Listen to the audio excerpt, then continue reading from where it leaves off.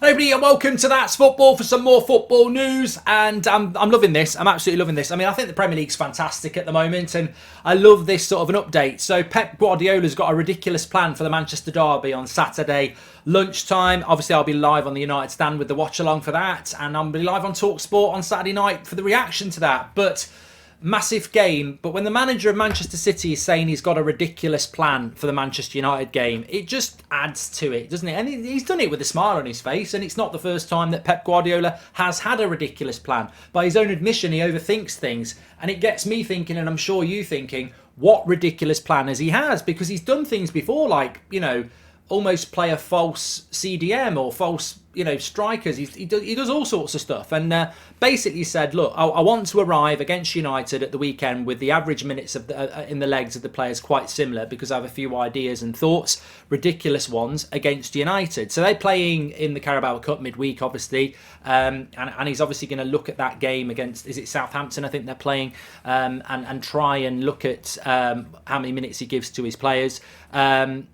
Because obviously, he said, I overthink a lot. I love to overthink and create stupid tactics again. Tonight, I'll create an inspiration and do incredible tactics. We'll play with 12. Very much tongue in cheek. But I think it does pose a question ahead of this Manchester derby as to what ridiculous plan Pep Guardiola may have in place. And is it another indication? As a Manchester United fan, I take it as a feather in the cap, and Ten Hag should as well, because the fact that Pep Guardiola on the day of a Carabao Cup quarter-final is prioritising the Manchester derby, you would expect that, but to be verbally doing that and talking about plans for the derby, if I was Ten Hag, I'd be taking that as a compliment, because he obviously, I think, will be concerned. Pep Guardiola is a disciple of football, a consumer of football, an obsessive of football, and he will be looking at people like Casemiro and Marcus Rashford at the moment in absolutely world-class form and thinking, you know what, it's at Old Trafford, it's 75,000 people,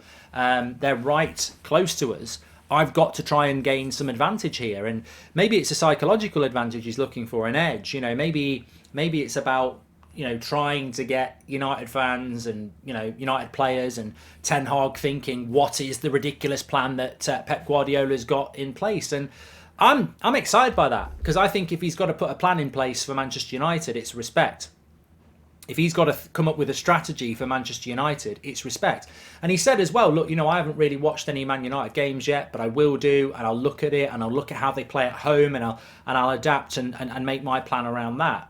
If I was playing Manchester United, I'd let them win, because I'm a Man United fan. But if I was Pep Guardiola, I'm trying to figure out, and do get in the comments and let us know what your theory on what plan Pep Guardiola would have that's ridiculous. I don't think it would be ridiculous to go and play the usual Man City back four, the midfield three of Rodri, Gundogan and De Bruyne, and then play Haaland with Foden one side and Mahrez the other. That would not be ridiculous. I think when you're talking about ridiculous, I mean, ridiculous would be not to start Erling Haaland.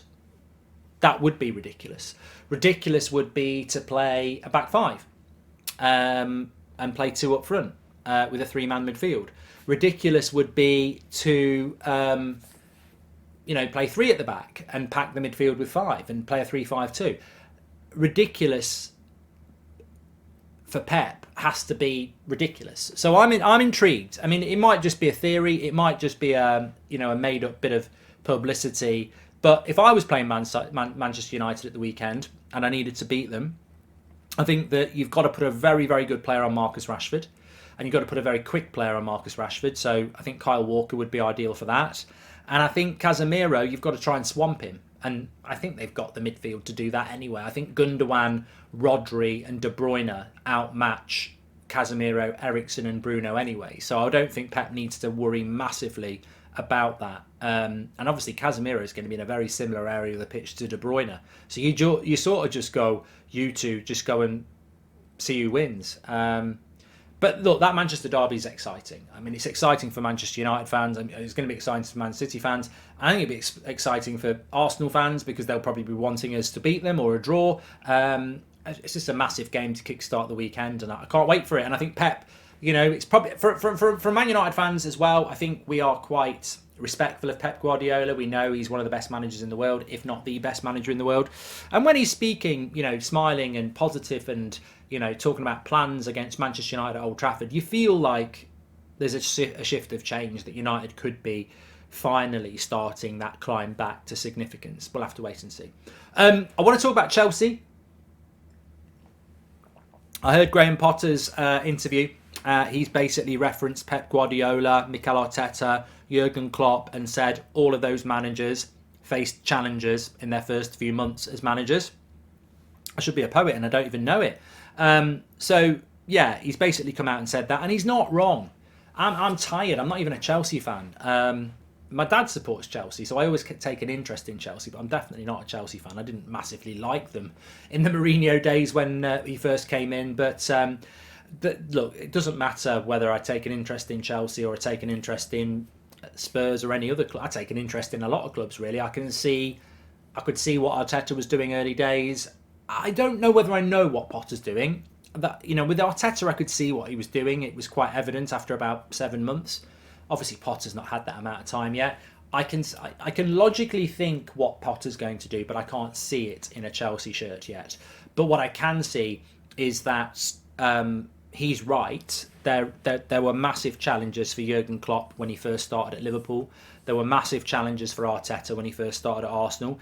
And Pep didn't really do that well at the start with Man City, which was surprising because they were a team that had already been established as having a lot of money and winning titles before him. So he's right. Potter is right. There has been challenges for other managers, and what he needs to do though is that buys him a bit of time, but he can't cling on to that as an excuse, because all three of those managers were working ridiculously hard to put their plans in place, and eventually it started to work. And I'm sure Potter is as well. But it was an interesting insight, and I think he has started to fight back a little bit in interviews. I mean, I heard him at the weekend saying that he has to be professional even when he gets asked stupid questions, and he gets asked stupid questions. And I think that personality will endear him more to Chelsea fans who want to just see a little bit of fight. But it's an interesting week for Chelsea. Obviously, João Felix is now official. We're doing the watch along for Chelsea tomorrow night on this channel, actually, and I really do hope that João Felix is involved. I hate it when people buy a player and then it's like, well, we've got to, they've got to get match fitness, they've got to get used to the surroundings. It's January, it's halfway through the season, it's not July, there's no pre-season here. He's only here till the end of May, you're paying 10 million quid for him, get him in the team. Havertz has been terrible, get João Felix in the team. I think he's going to be a success. I think he's a really good player, I think he's a diamond in the rough, I think he'll be a success, but I think he can only be a success if you start putting him into the team. Don't wait to bring him on tomorrow night. Don't wait and go, well, we're playing badly, go on for 20 minutes. Get him in the team. Give the crowd a boost. Give the team a boost. Get yourself 3 points. I'd start João Felix tomorrow. Benfica have come out and said that the door is closed now on an Enzo Fernandez deal for Chelsea as well. So it'd be interesting to see what Chelsea do, because what Chelsea do, I mean, this transfer window to me feels like it's been open a lot longer than 11 days. It really does. And maybe that's because Liverpool bought Gakpo on Boxing Day. Deals were being done before. But we are only on the 11th of January. There are still, just under 3 weeks left. That's a long time. And I would keep my eye on Chelsea. I know they've done a few deals already, but they clearly want a midfielder. I wouldn't be surprised if they end up with Caicedo. And another player to keep an eye on is Denzel Dumfries as well from Chelsea. I feel they need to get a right back.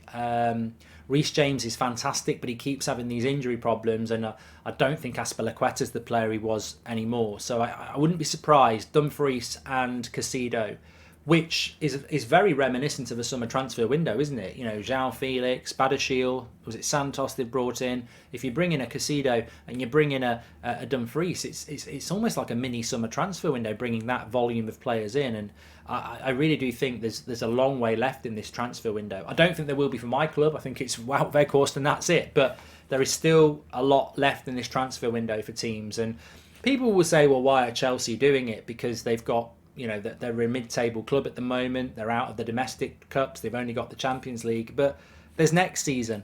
And if you can get a few players in January and then you can get a few players in the summer, you haven't got to get them all in the summer. And Man United did it years ago with Vidic and Evra. We brought them in January, and they weren't particularly good between January and the end of the season. But at the start of the next season, it all clicked, and that, they had that 6 months where they could just get used to things. They had a break, and then they come back. And I think if you can bring the right players in January, if they hit the ground running, great. But if they don't hit the ground running, they probably wouldn't have hit the ground running in August. So you've given them that little bit extra time just to settle in. So I think there could be some intelligent moves from Chelsea. We'll have to wait and see. Anyway, look, thanks everyone for watching. Make sure you smash a like on the video. Subscribe, bottom right-hand corner. I'll speak to you on the next one. Enjoyed that. Hope you're all doing well as well.